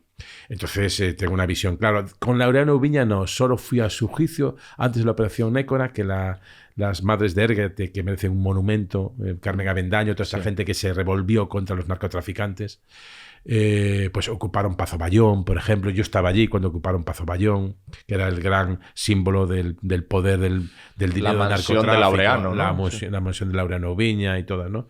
Entonces, bueno, pues la visión que tengo es de gente que se encontró con dinero muy rápido. Por ejemplo, Sito Miñán quería ser pues algo parecido a, evidentemente hasta no físico, a Pablo Escobar, y que la gente le temiese, pero más que le temiese, que la admirase. Entonces regaba de dinero a todo el mundo. Entonces, claro, en una zona deprimida riegas de dinero, los concesionarios de coche, los restaurantes, etcétera, etcétera. Es normal que te haces presidente del equipo de fútbol de Campados, que está en regional, lo llevas a segunda división, o sea, es tremendo. Fichas estrellas, ¿no? Y todo, o sea, venía Pasarón y nos ganaba el Cambados, o sea, es que aquello era tremendo, ¿no? Entonces tenía aquella visión de Marcial Dorado mucho más retirado, por ejemplo, de tal. Terito se dedicaba solo al tabaco. Bueno, la serie de Fariña de Carretero está muy bien. Lo explica mejor el libro que la serie. La serie es más ficción, ¿no? Hay cosas que nunca pasaron en la serie, ¿no? Está genial, la serie está genial, pero el libro es absolutamente recomendable para saber. El libro no te... Fariña no te da ningún dato nuevo que haya, pero encaja también las piezas, las encaja también. Está muy bien narrado. Que te da una visión. A mí, que todo lo que contaba ya lo sabía, me encajó muy bien las piezas. Muy bien las piezas. Es un poco como en el 23F, quizá el libro de Anatomía de un Instante, de Cercas. No aporta ningún dato nuevo. El 23F me he leído casi todo el 23F, pero encaja también las piezas que lo entiendes mejor. Y en Fariña, en el libro, la serie es una maravilla, pero está fabulada, está bastante ficcionada. Sí. Pero el libro es una maravilla. Y en ese libro, 200, 300 páginas, entiendes lo que era el narcotráfico en Galicia. A mí me tocó contarlo y andar con cuidado cuando me iba por allí con mi cámara a informar y escapar, como te digo, en varias ocasiones corriendo y a la carrera. Y bueno, pues fue una experiencia que me ayudó a formar. Eso además profesionalmente me permitió ya entrar en Madrid muy jovencito en los telediarios. Ya me llevaron para Santiago, ya empecé a hacer informativos, ya me puse a presentar, me nombraron director. Todo fue una cadena. Yeah. Charlín era el más temible, ¿no? Heavy, era el más heavy, violento. Esa familia es terrible, es terrible. La familia Charlín y él, José Luis. A Manuel Charlín, hermano, no llegué nunca a verlo, pero los hermanos, Melchor y tal, eran unas joyas. Además eran muy violentos, muy violentos. Hay vídeos de los hijos también, golpeando. Sí, a una compañera, tirándole el móvil. Esto ya hace poco, esto fue a raíz de la serie Fariña, precisamente, que fueron a hacer una entrevista. Pero a mí, ya te digo, una vez, él tenía un cocedero que utilizaba como lavadero, y eran tan cutres que encima pagaban malas a las trabajadoras y las denunciaron, se armaron de valor y denunciaron. Él ya había salido de prisión de la primera operación Nécora. Y fue el juzgado de Vilagarcía. Entonces fuimos y era, de pronto me veo que estoy yo con mi cámara, Manuel Yáñez, que es así bastante bajito, y estamos solos, y de pronto viene Charlín con 2 o 3 armarios empotrados así, y según va hacia la cámara, está también grabado en los archivos, y para darle un puñetazo. Entonces, ¿Charlín o uno de los macarras? Charlín. Se echa para atrás. Iba con un abogado y con dos armarios. 2 armarios. Y entonces esto le va, pues debe ser en el 94, 95, le va a dar un puñetazo a mi cámara que tiene que esquivarla, pero sigue grabando. Y antes de que le dé por segunda vez lo cojo y lo llevo hacia la pared y le digo, no se meta con la cámara, que no se ha metido con usted, ¿no? Y el tío se me miró sorprendido. Joder, cómo te la jugaste, amigo. Y los dos que estaban atrás, yo después tuve sudor diciendo, pero qué barbaridad, ¿no? Y entonces el abogado se lo coge a Charlín y se lo lleva a la sala. Y sí, con él los dos estos chicos altos que iban detrás de él. Y después me dijo un policía de paisano y que me conocía, oye, mira, Xavi, te has salvado porque pensaron que eras un policía del juzgado, que había intervenido para evitar que tal. Dije yo, pues sí, pero ese momento están atacando tu cámara, tienes que defenderlo, ¿no? Pero fue eso, tampoco fue una heroicidad tremenda, simplemente lo cogí por los hombros y me la aparté un poco hacia la pared y le dije tal, y está grabado. Y pues entonces rápidamente viene el abogado y se lo lleva. Ese fue uno, y por eso sé cómo son los Charlie y por más cosas. Y Laureano Viña no tuve nunca relación con él, no. Hice sus memorias, ahora tiene una furgoneta con donde va vendiendo cosas por las ferias. Yo estuve en un mercadillo con él también. Y tal. Bueno, yo a la gente que rehaga su vida, a lo mejor que pueda. Él dice que nunca se metió en la cocaína. En la cocaína, que fue hachís, y puede ser cierto. Pero el hachís era delito, y además el hachís para mucha gente fue el primer paso para después llegar a otras cosas. Pero... Ostras, pero lo de Charlín, yo te decía, no tanto por el momento, sino por el después, porque luego en aquella época sí podía decirle a uno de los machacas, enteraros de quién es este señor. Pero no lo piensas en ese momento tampoco. Bueno, las imágenes están ahí.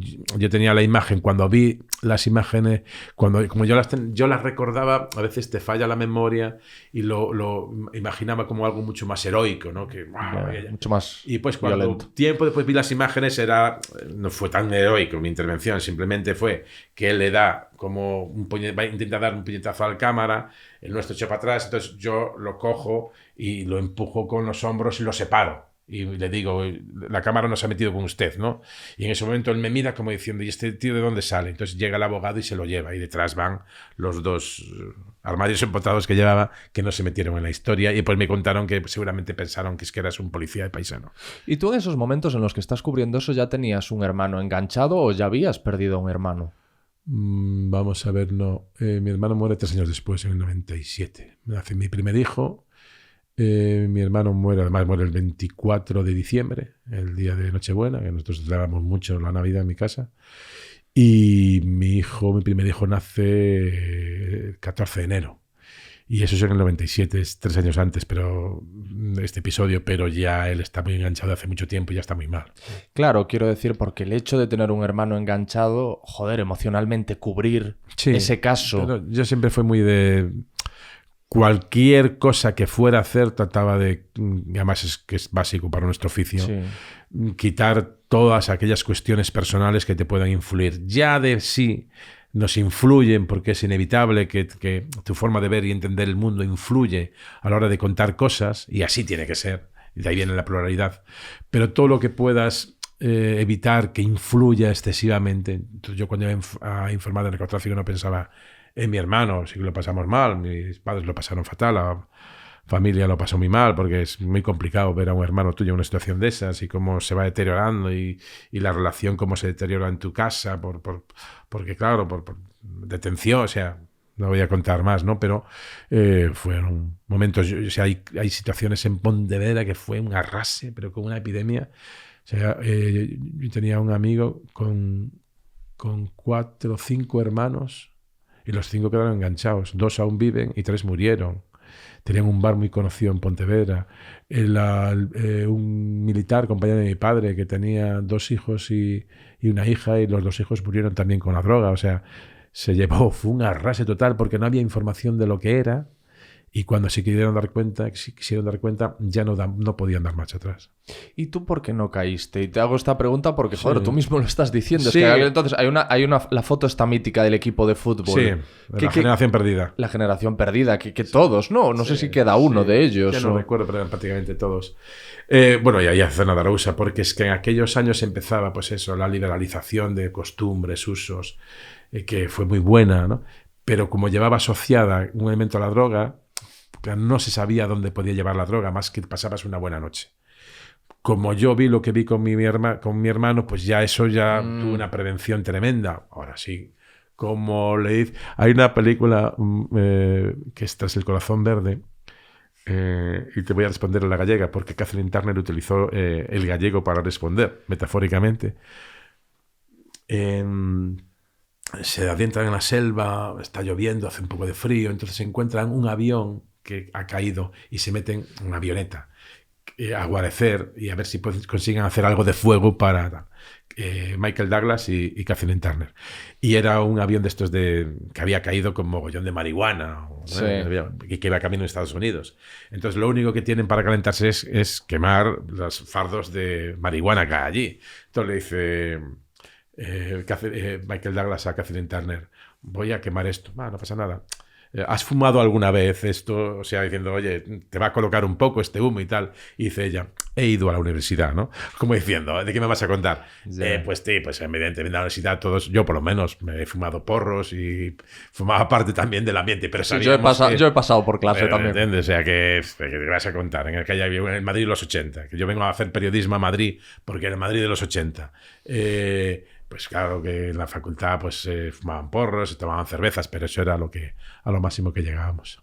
Yo lo que he pensado mucho también es que es difícil tenía que ser difícil en aquella época, que además había mucho desconocimiento alrededor de lo negativo y lo nocivo que podía ser esto. No caer, ya no te hablo de engancharse, sino no caer en el propio narcotráfico, no acabar haciendo algo. Te digo esto porque a lo mejor eras un camarero que estabas puteadísimo todos los días. No sé qué, y te decían, si vienes a las 3 de la mañana a echarnos una mano aquí, te vamos a pagar. Han entrado muchos oficios que estaban en crisis.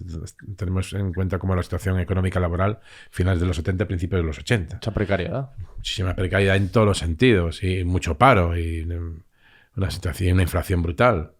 Entonces, eso pasaba y de hecho la canción de Fariña, o qué teño que facer para non ir ao mar, Eso es. Lo que tengo que hacer. Entonces, pues claro, que hubo gente que pasó eso, o gente que consumía menudeo y pues se metió en el menudeo de la venta para sacarse para su dosis. Eso forma parte de la historia, de que fueron a partir de los 70, sobre todo en Galicia, que ya digo que fue como si hubiera una epidemia y arrasara absolutamente con la juventud. Has dicho que tu padre estuvo en prisión. Sí, en prisiones militares. Sí. ¿Y cómo llevaste tú esa...? Pues lo llevamos un poco mal. Bueno, ha pasado el tiempo, evidentemente, tenía un poco de perogrullo, pero... No, porque era, digamos, un momento en que yo vivía en un ambiente militar y de pronto de la noche a la mañana mi padre pasa a ser un traidor para el régimen, ¿no? Y entonces, pues claro, amigos que tenía, pues empezaron a dejar de serlo. Yo iba mucho a jugar a los pabellones militares y noté un día que me empezaban a mirar mal y me echaron allá a patadas. Otros, sin embargo, hijos de militares mantuvieron muy bien la relación conmigo y se lo agradeceré siempre. Pero fue un momento de mucha tensión, pero sobre todo es que yo recuerdo que cuando íbamos a ir a la aldea, yo tenía 9 años y me levanto y veo que aquello ha cambiado. O sea, es el momento del tránsito, yo lo tengo absolutamente clarísimo, donde acaba mi infancia, que es el día que me entero que detienen a mi padre, que es el 29 de julio del 75, aún vivía Franco. Y veo a mi madre nerviosa, hablando por teléfono, amigos de mi padre muy nerviosos, mi padrino que vivía fuera. Y digo, ¿ya qué haces toda esta gente aquí? Esto no es normal a las 9 de la mañana. Es gente con cara muy seria, muy seria, muy seria. Y pronto a mi abuela, la madre de mi padre, llorando. Fue la primera vez que vi a un adulto llorar. Y aquello nos marcó, me dejó impactado. Entonces nos cogen y nos llevan a la aldea. Querían sacarnos fuera de la ciudad para que no escucháramos comentarios y nos mantuvieron a la aldea. No sabíamos lo que pasaba, pero poco a poco vas perdiendo la antena y te das cuenta que han detenido a tu padre, dónde está. Lo pudimos visitar 6 meses después de la detención en el día de Navidad. Nos dejaron verlo aquí en Hoyo de Manzanares, estaba en Manzanares. Cuando él estaba detenido en Manzanares es cuando hacen los últimos fusilamientos del franquismo. Y me acuerdo cuando llegaron las informaciones a casa, también mi abuela llorar, episodios que habían, que les dejaban salir a un patio que había en Hoyo de Manzanares y un militar le puso una raya de aquí no pasen y uno pisó y tiraron al aire. O sea, y sobre todo porque cambia tu relación de amigos, tu concepto de todo. Yo quería ser militar, aquello se acabó, pasas a ser un traidor y empiezas ya a entender rápidamente que es que hay un dictador, que hay que luchar contra él, que no sé qué, no sé cuánto. Yo me acuerdo que en el colegio de militares donde iban, ya mi padre lo habían soltado.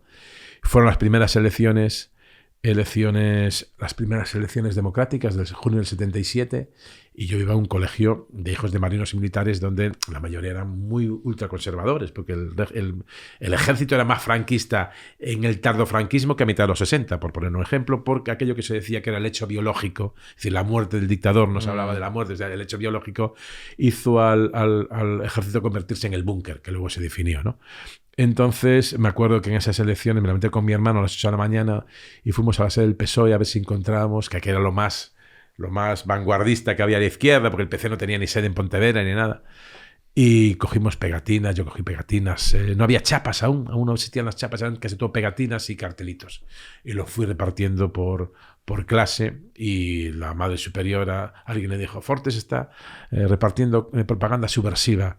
Y me sacaron unos días fuera de clase y tal. Pero era así, la vida entonces era así. Entonces tienes que madurar y ver un poco lo que es la visión del mundo mucho más rápido, pero fue traumático y lo pasamos mal. Yo recuerdo un día en clase con un compañero que se levanta y dice, Madre Fidela era la que nos daba en cuarto de GB, el padre de Fortes está en la cárcel. Y se hace el silencio más absoluto. Allí. De la nada, ¿no? De la nada. No, y la monja, que ya sabía la historia, le echó una bronca al chaval. Claro, porque... Y me acuerdo que ese día o al día siguiente nos citamos en el patio, como se hacían las cosas antes. Se montó un combate de boxeo y ahí nos dimos lo que teníamos que darnos y se zanjó el asunto. ¿Y ganaste? No lo voy a decir. Pero no fue esa la única vez, ¿no? Quiero decir que no te eran ajenos, la confrontación física no te era ajena en el colegio. No, yo siempre fui alguien así que en clase destacaba por ser así, algo de líder, digamos, siempre era el primero para las cosas y tal. Entonces cuando te meten con tu padre, en ese momento lo teníamos claro, o sea, hay que defender el nombre de la familia bajo cualquier concepto. Entonces digamos que en algunos combates salí mejor parado y en otros salí peor parado. ¿Tus hermanos intervenían? No, estaba solo yo en el colegio. Es que era el único que daba en un colegio militar. Los otros estaban en otros colegios. Vale. No, es que yo también pasé por unas cuantas de esas. Sí. Pero no sé quién era. No sé si era... no sé con quién había hablado que me decía que los chavales también que necesitan los conflictos para crecer y para madurar. Sí, hombre, prefería otro tipo de conflictos aquellos, ¿no? Porque fue muy, muy heavy. Pero bueno, yo tengo, aún así, como siempre fue así, pues tengo buen recuerdo de todo, de visitar a mi padre. Me acuerdo cuando ya lo visitamos el día de Nochebuena, de Navidad. El día de Nochebuena no nos deja. El día de Navidad, y estamos hasta el día 27 o así, 2 días, que podíamos ir a visitarlo unas horas. La vuelta en tren a Pontevedra fue llorar y llorar todo el tren hasta quedar dormido, ¿no? Y recuerdo que llegamos a Redondela, donde de aquella se cogía el tren para ir a Pontevedra, y cuando amanecía estaba lloviendo y había muchos tejados de Uralita, estos que es clásico de Galicia, tejados de Uralita. Y cuando voy en tren, ahora ya no voy casi, voy menos, ¿no? O no voy en esas condiciones del expreso que ibas durmiendo en literas.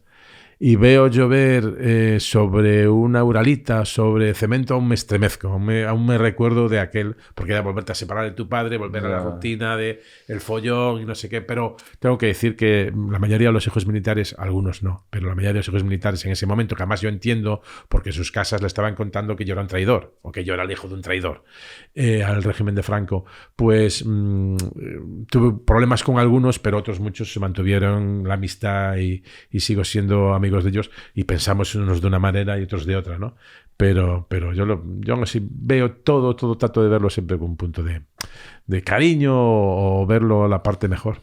¿Y hay algo en tu personalidad que detectas que puede venir de aquello? Quiero decir, un niño que de la noche a la mañana, de repente, varios amigos, que es lo más importante para un chaval, o sea, vamos, es importante para un adulto también, pero cuando eres un niño, tus amigos lo son todo. Sí. Y de repente, de la noche a la mañana, sin que tú hayas hecho nada, desaparecen. No, porque era tan fuerte la calle. Hay que tener en cuenta la Pontevedra de entonces, una Pontevedra con muchísima presencia del estamento militar, muchísimo más que ahora. Había desfiles todos los días, había 2 o 3 cuarteles dentro de la ciudad que ahora ya no existen. había la escuela, sigue existiendo la Escuela Naval Militar de Marín, pero estaba desplazada. Aquí era un colegio que dependía de la Armada, íbamos hijos de marinos y de oficiales del Ejército de Tierra. Fueron, pues a lo mejor 2 o 3 o 4 compañeros, o ya no tanto compañeros como compañeros de mis amigos a los que yo saludaba de vez en cuando y que me empezaron a retirar el saludo, pero fue muy poco, porque la verdad es que el grupo fundamental, pues mantuvimos, ¿no? Pero sí, tuve episodios de ese tipo, pero que te marcan, pues sí, yo reflexionando sobre esto, a mí me marcó muchísimo para actuar como hay que actuar a pesar de las consecuencias. Mi padre dice que el valor es una virtud que está un poco valorada, y que es necesario tener, y valor es hacer lo que tienes que hacer o lo que crees que hay que hacer, aunque sepas que lo más probable es que pierdas la batalla, pero hay batallas que hay que dar. Y al final esas batallas que a lo mejor en un momento pierdes, al final las acabas ganando, y a los de la UMD le pasó lo mismo, ¿no? A los de la Unión Militar Democrática. Fueron detenidos, fueron expulsados, fueron encarcelados, expulsados del ejército. Pasamos una situación económica de las familias muy, muy delicada durante bastante tiempo, pero al final ganaron la batalla, ¿no? Y al final pues se abrió, el ejército se abrió. El ejército es la institución en España que más se ha modernizado para bien. Hoy la oficialidad no tiene nada que ver con aquella. Las misiones en el exterior han mejorado mucho, y esa semilla de la libertad en los cuarteles hay que agradecérsela a esa gente que se jugaron todo. O sea, que eso te volvió tuzón, ¿no? Que es una cosa que decimos allí. Tuzón, de terco, ¿no? Yo no soy muy terco, o sea, como te dije que... De si tú entiendes qué es lo que hay que hacer... Sí, pues, pero tampoco no tanto por una obsesión de emperrarse en algo, sino porque tengo que hacer esto y hay que hacerlo, pero no empeñarme, sino si tengo que moverme por una serie de valores, estos son los que hay que hacer. ¿Que te pueden provocar algún problema? Sí, yo me acuerdo que llevaba 2 o 3 meses contratado. Había la primera huelga general me parece que es del 14 de diciembre del 88, y yo llevaba 2 meses contratado, y me decía el director: oye, ni se te ocurre ir a la huelga. Y yo le dije: pues voy a ser lo primero que haga. Y fui a la huelga. Creí que me iban a echar, pero yo entendía en conciencia que quería ir a la huelga, ¿no? Y al final no me echaron, ¿no? Pero quiero decir que tienes que hacer, no como una heroicidad, yo no estoy a favor de estos conceptos heroicos, pero sí, si hay algo que tienes que hacer, aunque lo probable es que pierdas, intenta hacerlo.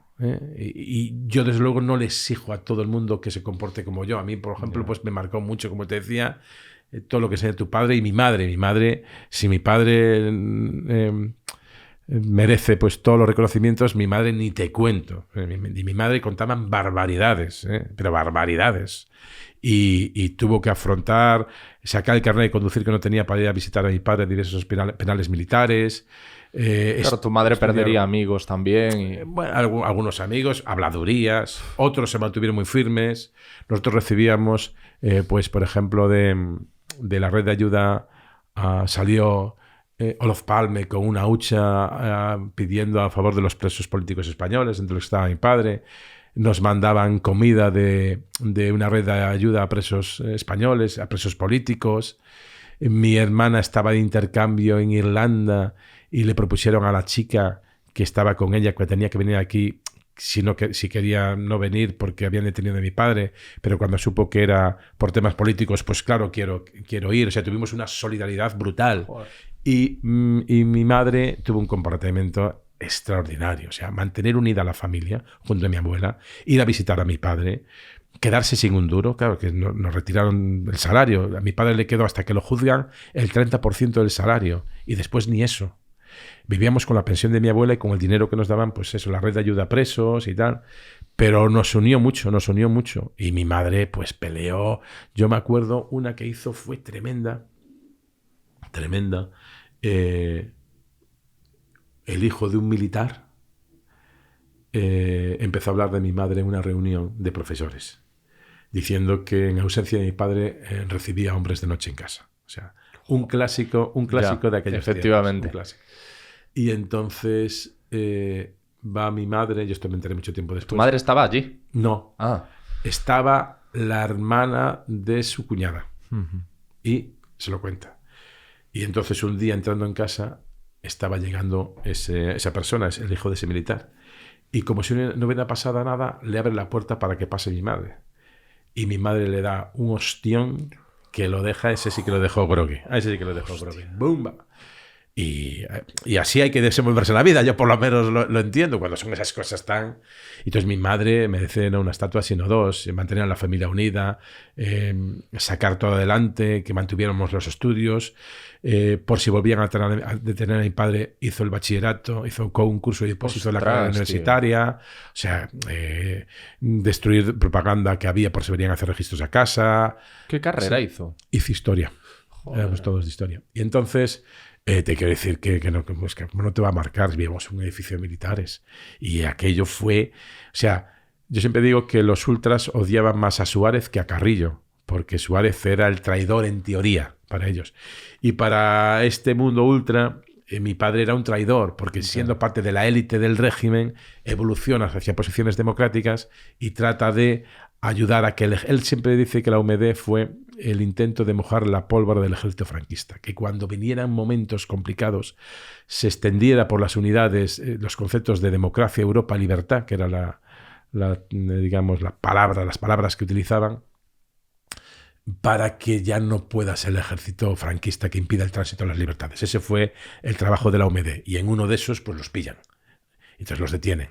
Pero nos marcó a todos, y el ejemplo de mi padre y de mi madre, a mí y a todos mis hermanos, nos quedó muy, muy grabado, y yo me he tratado de mover así en la vida. ¿Cada cuánto iba a ver a tu padre? Pues que nos dejaba muy poco. La primera vez que vino a Madrid no lo dejaron verlo.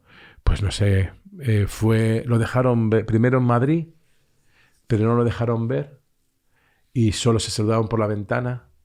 Y se vino hasta aquí para saludarlo por la ventana. Sí. Pero vamos a intentar verlo, pero no lo dejaron. Yeah. Estaban incomunicados. Qué Y luego lo de antes del juicio lo mandan, los van mandando a distintos penales. A mi padre lo mandan al Hacho, a Ceuta. Entonces va a Ceuta y ahí sí consigue verlo. Y luego en Hoyo de Manzanares nos dejaron verlo en Navidad. Y después, cuando la última parte de la condena fue en el Castillo de La Palma, y ahí había un coronel Sardina, que se portó con la familia de cine, y nos dejaba todos los fines de semana estar con él, con mi padre. Nos tocó el Urquiola, yo vi el Urquiola desde allí, desde la atalaya del Castillo de La Palma, y se portaba muy bien, y era un militar, pues digamos, que venía del régimen y tal, pero veía a mi padre y decía, pues vosotros sois unas personas normales, este es un penal, aquí viene gente, vosotros normales, lo que queráis y tal, sin problemas y tal. Y tuvieron tan buena amistad, y él era, digamos, del entorno más, digamos, por así, en principio más, por así decirlo, franquista, porque todos eran franquistas, todos los militares, y empezaron a hacer el vacío al propio coronel porque se llevaba bien con los presos. Tú imagínate cómo era la situación. Entonces, la última etapa íbamos allá. Me acuerdo que mi madre sacó el carnet de conducir para ir a verlo a Ferrol. Nos íbamos allí siempre los domingos o el sábado. Y era un coche, un Ford Taunus maravilloso, curvilíneo, rojo, precioso. Y recuerdo cuando mi padre compró, estando en el ejército, sin ser expulsado, el coche en una subasta, le gustaba. Le dijo ya un compañero Fortes, yo nunca me compraría un coche de importación que no fuese español y encima rojo, ¿no? Pues así eran los tiempos entonces. ¿Y el día que lo sueltan? Sí, va mi madre a buscarlo en coche y viene... Y me acuerdo cuando nos abrazamos todos, yo bajé abajo, bajamos todos, y fue una alegría tremenda. Y me acuerdo que el portero del edificio, cuando lo ve llegar, casi le damos síncope de alegría, ¿no? Ostras. Y vinieron todos, prácticamente todos, vinieron a felicitarlo y a saludarlo. Pero después de llegar en casa le volvió a caer otro arresto domiciliario por no sé qué historia, y volvió a tener que quedar en casa sin salir. Pero esta vez ya cumplió esa parte del arresto en casa, que para mí fue una faena, porque yo salía de clase y siempre me gustaba quedarme a jugar al fútbol. Pero ya si estaba mi padre en casa ya no podía tardar tanto para dedicarme a los estudios, ¿no? Pero bueno, fueron así las cosas. Y sí, es inevitable que a mí con 9 años, o a mis hermanos con 11, 12, 15, te marque una cosa tan fuerte como fue esa, te marque mucho en tu forma de entender el mundo y desenvolverte. ¿Cuánto tiempo estuvo preso? Fue 1 año de prisión, le condenaron a 4, pero murió Franco, entonces hubo un indulto real. Y hubo un indulto que les permitió, en mi caso mi padre, o sea, el indulto eran 3 años, entonces cumplió 1 año, de los 4 cumplió 1. Pero lo más heavy de mi padre dice que cuando llegó la amnistía, amnistiaron delitos de presos de ETA, pero no de los militares de la OMD. O sea, porque si los hubieran amnistiado, tendrían que haber ingresado al ejército. Entonces, no por presiones del ejército, eso lo reconoció Gutiérrez Mellado, no, o sea, se consintió que delitos de ETA fueran amnistiados, pero no a los militares de la UMD, que lo único que habían hecho eran difundir textos sobre libertad y democracia en los cuarteles. Así era entonces. Es que para el ejército aquello fue muy heavy. Joder. Cuando empezamos a hablar me decías que tus despistes Sí. probablemente eran herencia de los de tu padre. Sí. Y quedamos en que me tenías que contar dos que me había dicho Cristina. Por favor, que te los cuente. El del karaoke y el del hijo. Y yo el de Carracedo te cuento. Vamos a ver, el de... Hay 2 o 3. Uno fue... bajábamos... Yo creo que aún no teníamos hijos, ya no recuerdo. En el piso, un piso que alquilamos antes de comprar el piso, íbamos a la aldea de mi mujer, que era en Mondariz, cerca de Mondariz. Y entonces bajó ella antes y yo quedé buscando una cosa y tal, y bajé. Y entonces me meto en el coche. Teníamos un ZX, de que es blanco. Y me meto pues estaba mi mujer en el lado del volante y yo me meto y le digo, ya, arranca.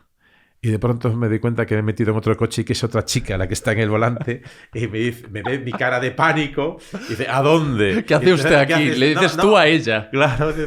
No, y me dice, ¿a dónde? No, de broma, siguiendo. Y yo, de pronto, mi mujer está en el Z blanco, X blanco, delante, pitando, dándose cuenta de ay, perdona, no sé qué, no sé cuánto. Sí. Otra fue un día la peregrina. Salí yo antes, la herrería es la plaza, la sala de estar de los pontevereses, ¿no? Donde sí. vas a pasear, tomar un vino y tal. Y entonces iba yo con los dos hijos mayores, los 2 hijos que teníamos. Xavi tendría, pues yo qué sé, 6 años y Dani tendría pues 2 o así.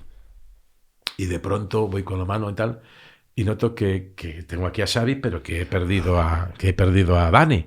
Y me da un ataque de pánico, pero como he perdido, muchísima gente empieza a dar vueltas. Me acuerdo que chavales echando maíz a las palomas y yo corriendo por allí y las palomas revoloteando, los padres asustados, yo loco y tal. Pero ¿dónde está? ¿Dónde está Dani? ¿Dónde está Dani? Y de pronto me ve la madre de Jaime, un amigo íntimo que tengo, y me dice, Xavi, lo tienes en el colo. El colo es el regazo en gallego, ¿no? Xavi, lo tienes en el colo. Y es verdad, o sea, tenía a mi niño en el regazo y no me había dado cuenta de que lo tenía. Y o sea, lo que a todos nos ha pasado con el mando de la tele, pero a ti con tu hijo. Y yo decía, y yo que me reía de mi abuela cuando preguntaba por las gafas, cuando las llevaba puestas. Para mí era un ataque de risa. Pues yo estaba preguntando por mi hijo y lo tenía en el colo, en el regazo, ¿no? Ahora, ya el top 10 de los despistes es... tenemos un grupo, una cuadrilla de amigos, que somos 4 amigos del colegio, y nos casamos todos prácticamente el mismo año. Y cuando se casó el último, fuimos a celebrarlo, pues, empezada la luna de miel de ellos y tal, a un karaoke, que ya estaba muy de moda. Y entonces yo soy así, no soy muy retraído para estas cosas, pero encima me tomé 2 whiskies o 3 y fui a cantar, me acuerdo. Estábamos todos en una zona de medio semipenumbra, circular, con una serie de puffs y sillas y tal, y bancos corridos y tal, así de espuma. Entonces pido una canción de Serrat, me acuerdo perfectamente, Tío Alberto, y empiezo a cantar. Y yo, pues entre la euforia de los JBs, de la canción y de los aplausos, pues me vengo muy arriba, digamos. Entonces me siento donde está mi mujer, María, y empiezo a meterle mano. O sea, empiezo por la zona de la... Te calientas. Me calienta, empiezo a meterle mano en la penumbra y le paso y le subo la mano a los pectorales, a las tetas directamente, hasta que me perfora un grito, porque no era mi mujer, era la mujer de un amigo. Se habían movido para pedir unas consumiciones mientras yo cantaba y yo me senté en el sitio donde creí que estaba. Pero cuando era sagrario, entonces cuando ya le estoy sobando las tetas a la primera, me dice, ¡Javier! Y yo me doy cuenta de que estoy metiéndole mano a la mujer de mi amigo en vez de a mi mujer, pues aquello fue... Y de vez en cuando lo recordamos. Ahora ya ha pasado tiempo, siguen siendo mis amigos, a pesar de todo. Y entonces... Pero aún tardaron. O sea, ella... ¿Quién fue quien te dijo, Javier, qué estás haciendo? Ella. A la que le estabas metiendo mano. Sí, claro. Pero todavía No, porque fue... Vamos a ver, yo primero le metí la mano en el muslo. Sí. Pues no sé qué. Y rápidamente fui a los pectorales. Y ahí ya fue cuando llegué a los pectorales y dije, oye, Javier, No, pero además no fue Javier, ¿qué haces? Fue Javier, o sea, un grito. ¿Eh? Y yo me quedé también en estado de pánico. Y cuando nos dimos todos cuenta, como saben mi tendencia al despiste, dijeron, bueno, vale. Eso te iba a decir, porque y más con el ambiente etílico, sí, eso puede acabar en un problema. Nos llevamos muy bien y Jaime se reía y cada vez que lo contamos se ríe porque, bueno, son cosas que dan ya por hechas. Pues lo que te iba a decir de Carracedo, que te lo voy a contar a mi manera, pero sirve para apuntalar la relación entre la genialidad y el despiste, es que es uno de los genetistas más importantes del mundo, es de Santa Comba. Y le convocaron para un gran evento de referentes de la medicina en Estocolmo. Y entonces le dijeron el día que era, hicieron una comunicación oficial y entiendo que ahí, bueno, pues cada uno se gestionaba el viaje y luego pues con lo que te pagasen allí pues se incluían esos viajes. Y a este hombre le dijeron no sé qué fecha, me lo invento, el 5 de agosto es esto, a tal hora, y Carracedo se presentó hecho un pincel en Estocolmo el 5 de agosto a la hora que le habían dicho, presto y dispuesto para participar, lo había preparado todo bien y tal. Claro, llega allí y le dicen, nosotros no sabemos nada de esto de lo que usted nos está hablando. Le dice, sí, vamos a ver, si a mí se me convocó para este evento tan importante que va a haber esta serie de ponentes y mírelo bien porque debe haber algún error y tal. Y entonces al final Carracedo además le extiende el papel con la convocatoria y tal. Y quien lee el papel le dice, pero caballero, esto es dentro de 2 años. Ostras. O sea, también es previsión mandar a alguien. Oye, dentro de 2 años te importaría venir a dar... Claro, es un evento tan importante y tendrán las agendas tan... Yo no lo sé, pero a mí esto me lo contó. Y además le pega a Carracedo. Sí. Y es una persona que es maravillosa, pero es el típico sabio, humilde, gallego, aplicado a la ciencia, pero el típico sabio el abuelo de las familias, que te cuenta contos de la areira. A mí me pasó hace poco, tenemos a Dani, precisamente a Dani, al que se perdió allí, al que no se perdió, pero yo pensé que se había perdido. Al que se perdió en tu colo. Al que se perdió en mi colo, en Bruselas, haciendo un Erasmus y tal. Periodismo, para mi desgracia. Pobre. Y entonces fuimos mi mujer y yo. Entonces yo le sé que invité a mi mujer desde Santiago de Compostela a Charleroi. Y yo también ida y vuelta lo mismo con Charleroi desde Madrid. Entonces vamos ya el día que volvemos y tal. Y vamos 2 en un autobús desde Bruselas a Charleroi. Y cuando llego yo allí, digo, hostia, pero no hay vuelo a Madrid aquí. No hay vuelo a Madrid. Voy allí. ¿Y qué pasaba? Que el regreso era por Bruselas, por el aeropuerto de Bruselas, no del Charleroi, que está a 70 kilómetros. Y yo decía, pero vamos, pero si yo hago un ida y vuelta, ya doy por hecho. ¿Qué tal? Y mi mujer diciéndome, te dije que comprobabas el billete. Y ya di por hecho que sería desde Charleroi, que me fui allí. Yo no lo podía creer. Y encima era el puente de la Constitución. Todos los vuelos con España estaban llenos.